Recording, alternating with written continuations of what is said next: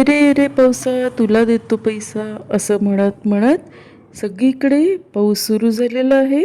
अशा मस्तपैकी पावसामध्ये गरम गरम भजी, चटकदार चवदार, ही कोणाला आवडत नाही? सगळ्यांनाच आवडते.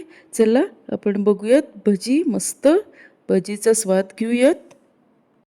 आज आपण ही भजी बनवणार आहोत. ही नेहमीच्या बेसनची नसून इथे आपण हिरव्या मुगाची ही भजी आपण करतोय. आलासकटच्या मुगाची डाळ आपण 5-6 तास भिजवली. आता ती आपण मिक्सरमध्ये घेतली. मिक्सरमधनं आपल्याला ती जाडसर वाटून घ्यायची आहे. यामध्ये 2 मिरच्या घातल्यात आणि लसूण हा भरपूर घातलेला आहे. लसणाचा स्वाद छान येतो.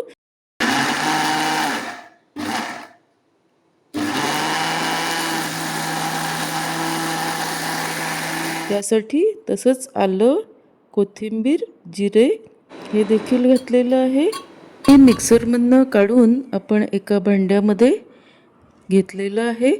यामध्ये 1 कांदा आणि आपण तो व्यवस्थित मिक्स करून घ्यायचा आहे.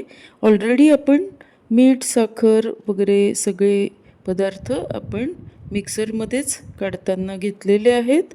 इथे गरम तेल झाल्यानंतर आपण थोडे थोडे त्यामध्ये अशा पद्धतीने भजी आपण सोडतोय.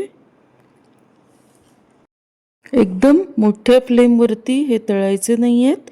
अगदी मंद आचेवरती आपण हे सुरुवातीला तळणार आहोत, कारण वरून लाल होतात आणि आतून कच्चे राहू शकतात.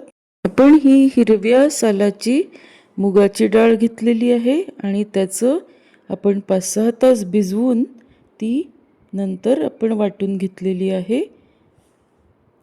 यामध्ये कोणताही सोडा घातलेला नाही. तेल इथे चांगलं तापलेलं आहे, त्यामुळे भजी ही अगदी छान भराभरा आपण सोडू शकतो तेलामध्ये. आता हे तळताना आपण कोणती काळजी घ्यायची आहे? हे वाटताना आपण जाडसर वाटायचं आहे, ज्यामुळे त्याची चव लागते. खूप बारीक त्याची पेस्ट करायची नाही. आणि हो, चॅनलला लगेचच सबस्क्राईब करा, म्हणजे यासारखे छान छान व्हिडिओज तुमच्यापर्यंत नक्की पोचतील. आता इथे आपण ही हिरव्या मुगाची भजी बरोबर आपण कांदा घातलेला आहे. तुम्ही यामध्ये बटाटा किंवा अजून दुसऱ्याही भाज्या यामध्ये घालून ही भजी तळू शकता. अतिशय खमंग कुरकुरीत होणारी ही मुगाची भजी अतिशय छान लागते. तुम्हीही नक्की करून बघा.